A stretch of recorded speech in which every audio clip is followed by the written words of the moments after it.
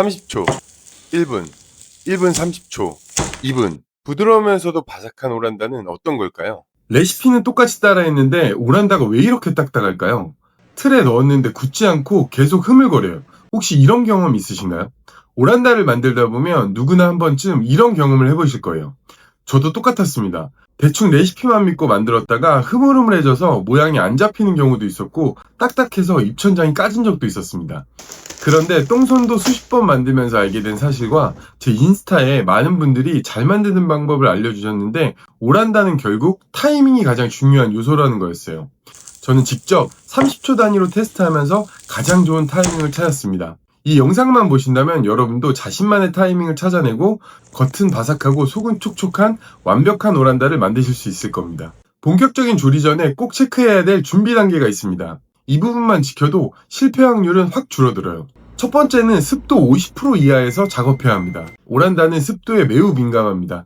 반드시 습도는 50% 이하로 유지해주세요. 제습기나 에어컨 제습 기능을 적극 활용하면 좋습니다.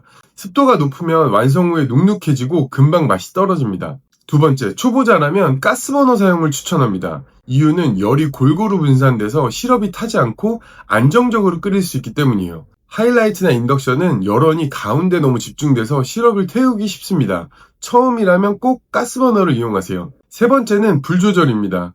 처음에는 시럽을 강불로 빠르게 끓이되 시럽이 끓기 시작하면 중약불로 줄여서 안정적인 점도를 만들어주세요. 이 과정이 굉장히 중요해요. 자, 이제 본격적으로 오란다를 만들어 볼게요. 냄비에 조청, 설탕, 물엿, 버터 등 시럽 재료를 넣습니다. 한 번에 퍼핑콩을 넣을 수 있게 볼에 퍼핑콩도 담아둡니다. 불을 켜고 처음엔 강불로 시럽을 끓이기 시작하면 중약불로 줄여주세요. 이때 시럽을 젓지 말고 팬만 살살 움직이면서 끓여주는데 탕후루와 마찬가지로 저으면 설탕 결정이 생기기 때문에 꼭 시럽을 끓일 때는 젓지 말아야 합니다. 그리고 가장 중요한 포인트는 시럽이 언제 완성되는가예요. 냄비 전체가 바글바글 끓으면서 거품이 고르게 올라오는 순간이 되어야 합니다. 이때 팬을 살짝 흔들어 보면 마치 구름이 덩어리째 움직이는 것처럼 보이는데 이게 시럽 완성의 신호입니다. 레시피에 물이 있는 이유는 초보도 시럽을 태우지 않게 하려고 넣는 건데 이때 충분히 습을 날리지 않으면 너무 묽은 시럽이 돼서 오란다가 굳지 않아요. 자, 완벽한 타이밍으로 시럽이 완성됐다면 이제 퍼핑콩을 넣고 빠르게 볶아주는 단계입니다. 퍼핑콩은 꼭 미리 볼에 계량해 두었다가 한 번에 부어주세요. 주걱 2개를 사용해서 전체적으로 바닥에 오란다를 들어 올리는 느낌으로 볶아주는데 그렇게 해야 퍼핑콩 전체에 시럽이 고르게 코팅이 됩니다. 이제 오늘 영상의 핵심입니다. 저는 시럽이 퍼핑콩에 다 묻고 난 뒤 냄비 바닥에 시럽이 남아있지 않는 순간부터 시간을 재서 이 타이밍을 30초 단위로 나눠서 실험했어요. 30초, 시럽이 충분히 스며들지 않아 군데군데 뭉치고 흩어집니다.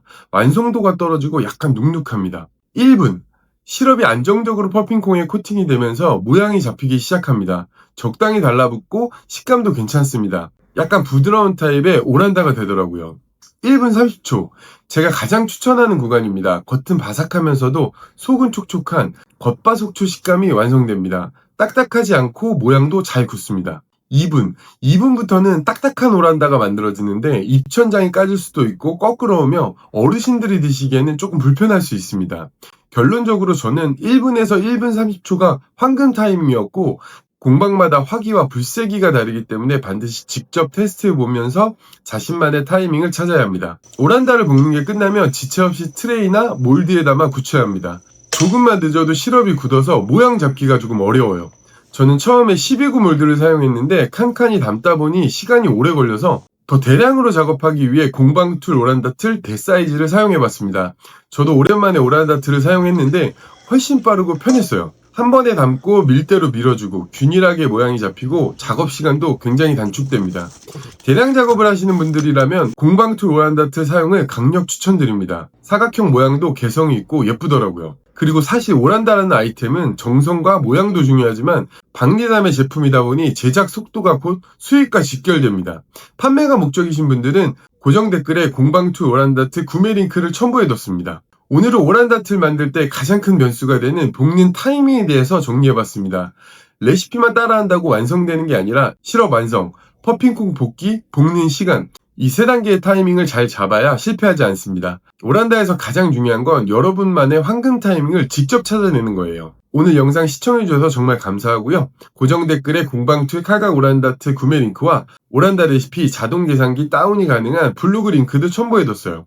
누구나 무료로 다운로드 받을 수 있습니다. 오늘 영상 보신 분들은 이제 부드러우면서도 바삭한 겉바속촉의 오란다를 누구나 만드실 수 있을 거예요. 감사합니다.